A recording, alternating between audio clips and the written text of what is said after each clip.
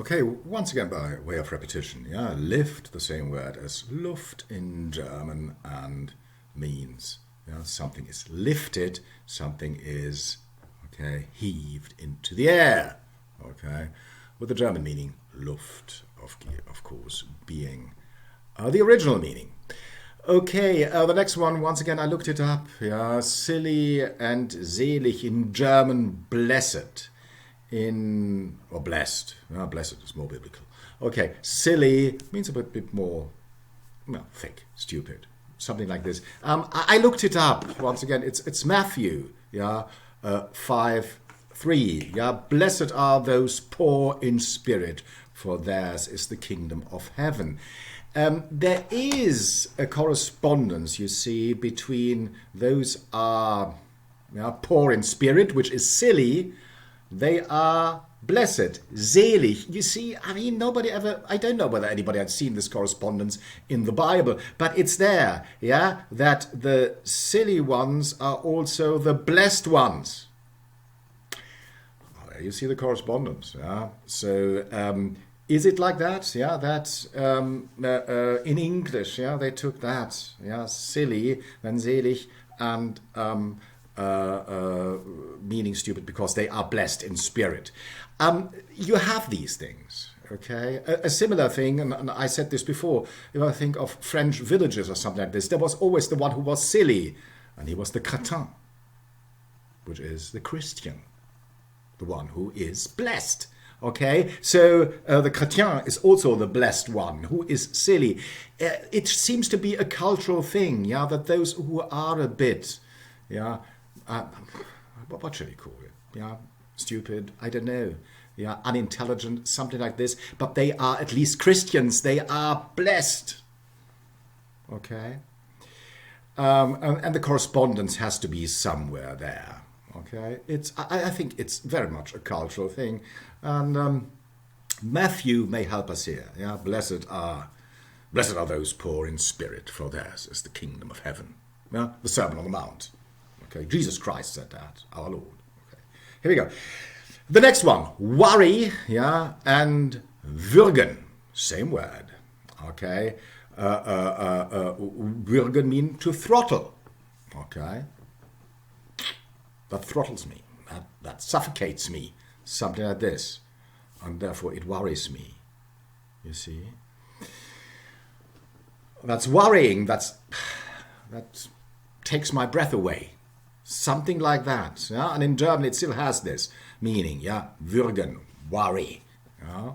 It's worrying, because you are afraid, and we all know that, yeah, that when we are very worried, okay, it takes our breath away. You hyperventilate or something like this. Here we go. This is the probably the semantic correspondence here, but it's the same word, okay, worry and würgen. That worries me. Then by way of metaphor, and a lot of meanings, new meanings derived by way of metaphor. Okay? Then taking metaphorical for being afraid or something like this. Okay? Worry. Okay. Next one. Yeah? Cheap and kauf. No. Kauf just means buy. Yeah? Something which is bought. The purchase, if you like, der Kauf, yeah?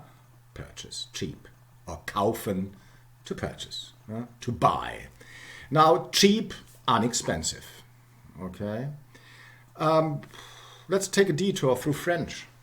What does it mean, bon marché? Okay, a good buy. And a good buy, in French, bon marché, means cheap.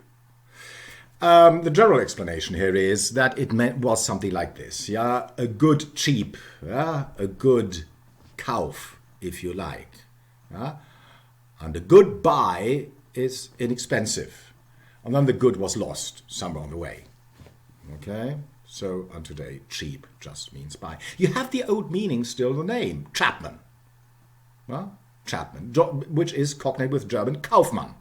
No, very common German name, Chapman, Kaufmann. Just think how many Americans have the name Kaufmann. Kaufmann. Yeah? Kaufmann, Chapman, same thing. Okay, consonant shift. Yeah, Kauf, among Chapman. So bon marché, probably French can tell us something how these things were. Okay, midwife. I've translated this because it does not exist in German. Well, Germans could make some sense of it, but the word is not used. Midweib. Weib in German is very old-fashioned and derogatory for a woman. Okay, it has become derogatory. It wasn't probably some like 200, 300, 400 years ago. Yeah, and mid means with. Yes, the midwife, yeah, is the with woman. Okay, midweib, which makes sense in German, but not used. The nurse, okay, who is with the woman when she is delivering. Okay, the midwife, the mid woman, mit in German with a T, okay, which still means with, okay, the with woman, midwife, okay, although it makes some sense in German, but you wouldn't use it like that. Okay, what I would like to do to finish that all off, take some examples and go from Latin, through the first consonant shift, through the High German consonant shift, and then see the correspondences there. Okay, maybe done. Okay, so take a word like sedere. Yeah, sedere, which is still very Indo-European, Latin. Yeah, means to sit. Okay, and then it went through Grimm first of all, the first consonant shift, and became Setjan in Germanic. Yeah, Setjan, from which derives English set and sit, okay, and in German setzen, okay. But there you see how you can trace words through the first consonant shift and the second consonant shift, the High German consonant shift, and then derive at something. Then in English and German, almost meaning the same thing, okay. Latin, yeah, periculum, and per is an old Indo-European per, which has to do something like with fear, yeah, per. And if you put it through Grimm, from per you arrive exactly at fear, yeah? P, f. You remember the first consonant shift, fear, okay, which you still have in German.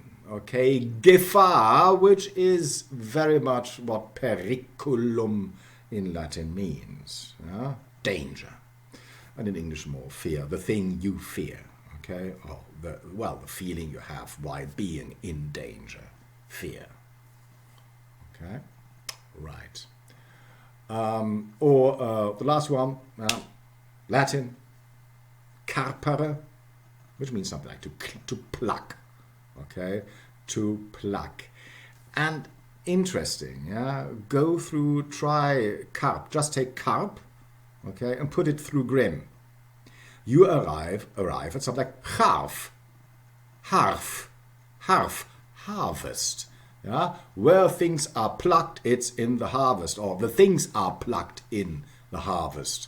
In German, Herbst. In German, it's more the season where things are plucked, okay, and English, harvest, meaning more the plucking itself.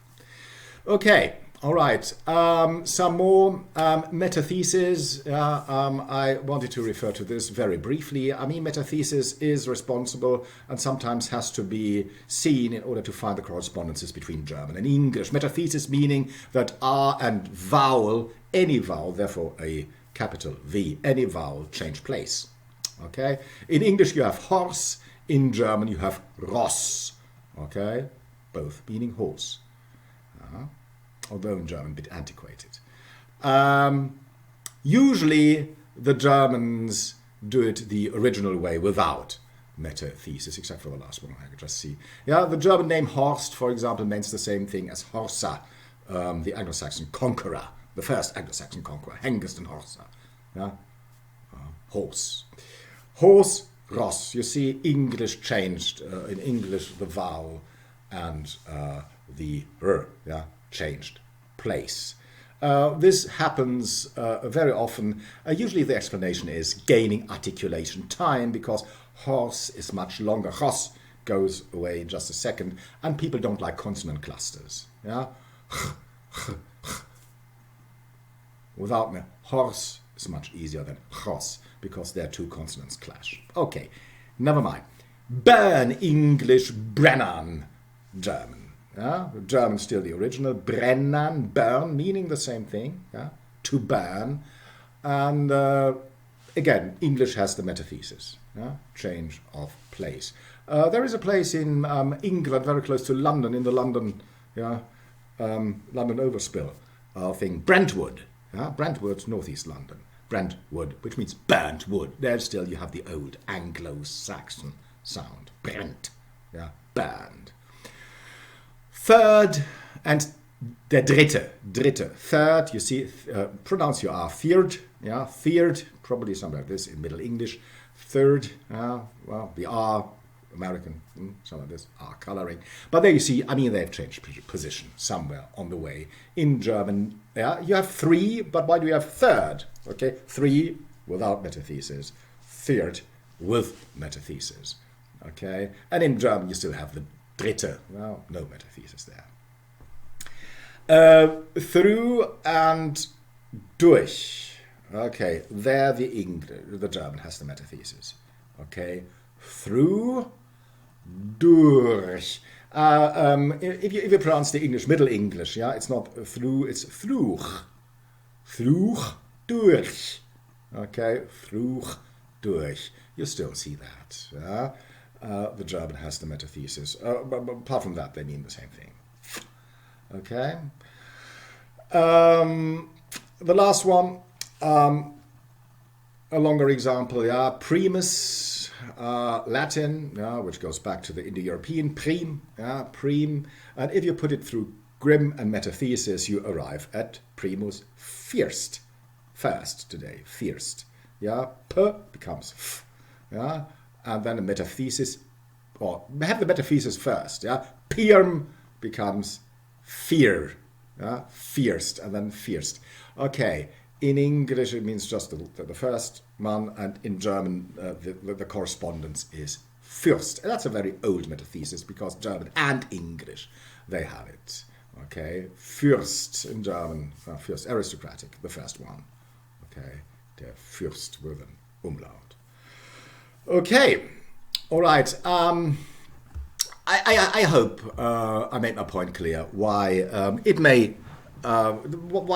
there is some sense in comparing English and German. Those two languages, which are very close, a lot closer than people will assume. I mean, it's all been snowed under with all these French words, yeah, which came in. But in a lot of respects, okay, English is still very Germanic, and I think I showed you that, particularly if you regard the everyday vocabulary. Okay, yeah, you can have a perfect telephone conversation without using one French word.